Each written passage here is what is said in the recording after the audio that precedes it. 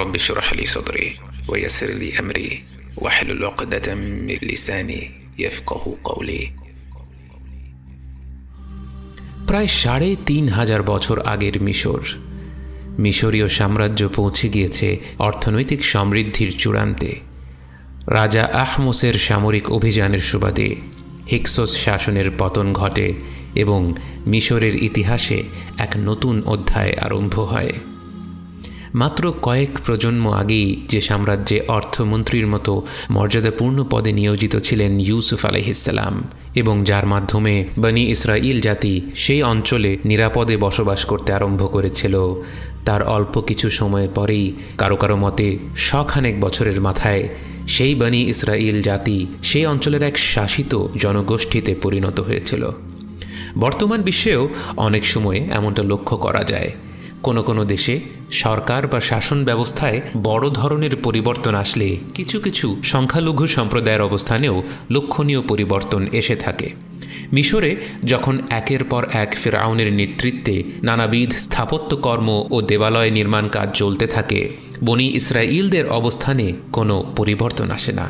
তারা সমাজে নিপীড়িত ও নিগৃহীত রয়ে যায়।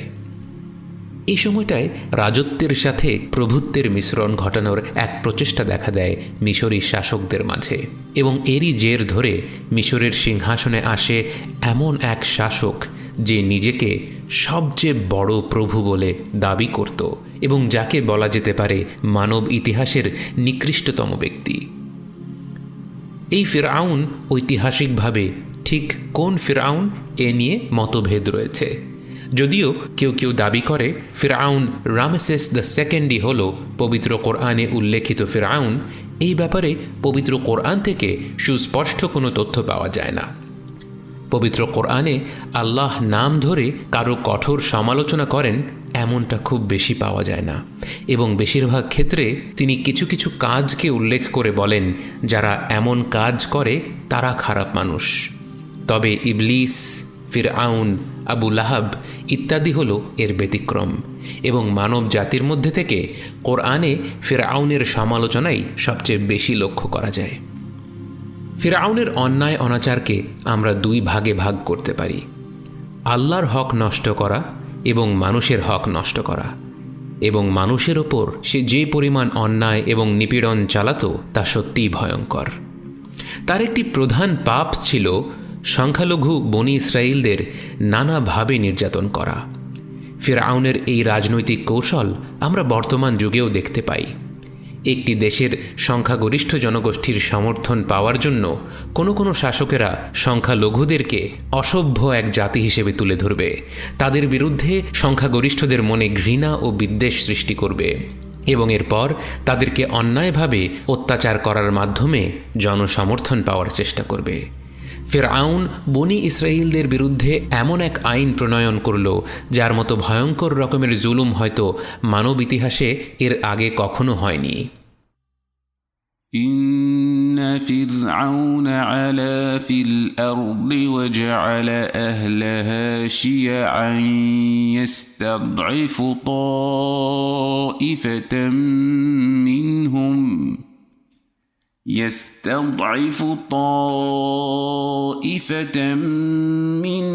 يذبح أبناءهم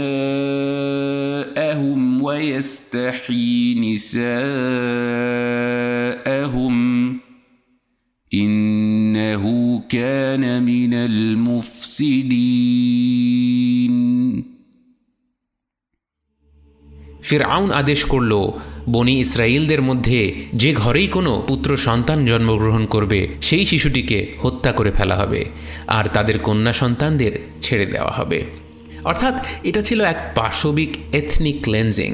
বনি ইসরাইলদের সব পুত্র সন্তানদের হত্যা করার মাধ্যমে তাদের কন্যা সন্তানদেরকে মিশরীয়দের দাসী হতে বাধ্য করা হবে এবং এর মাধ্যমে ধীরে ধীরে বনি ইসরাইল জাতি পুরোপুরি নির্মূল হয়ে যাবে।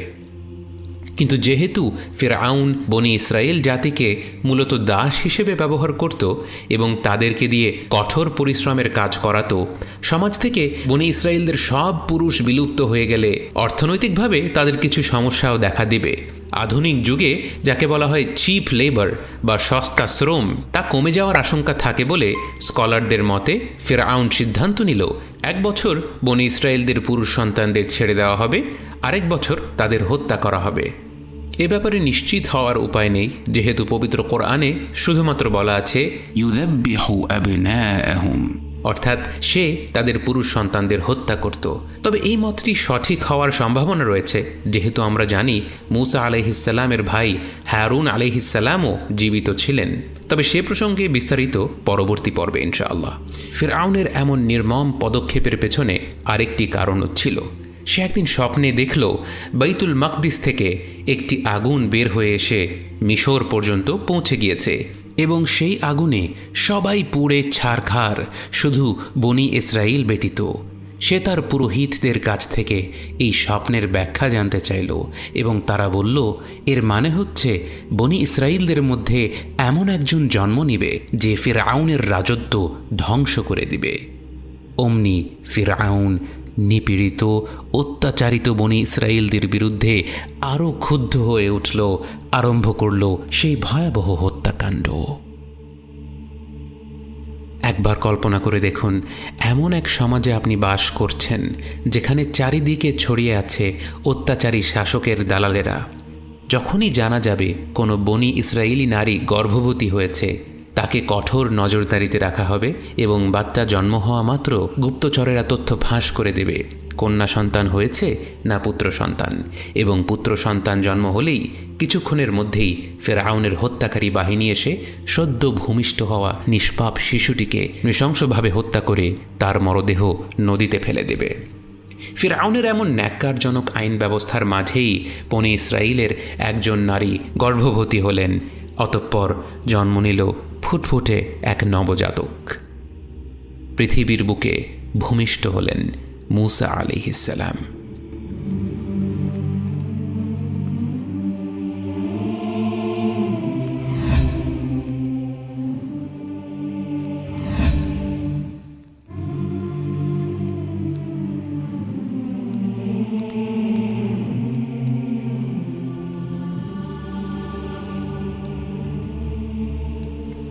যা স্বাভাবিক একটি মানব সমাজে হওয়ার কথা ছিল আনন্দের সংবাদ, তা হয়ে গেল আতঙ্কের কারণ।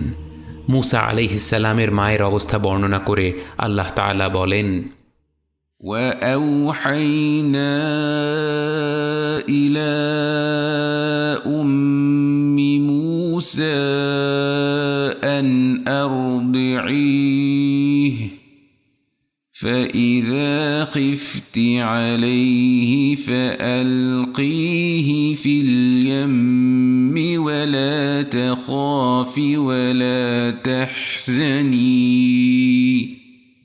إنا رادوه إليك وجاعلوه من المرسلين।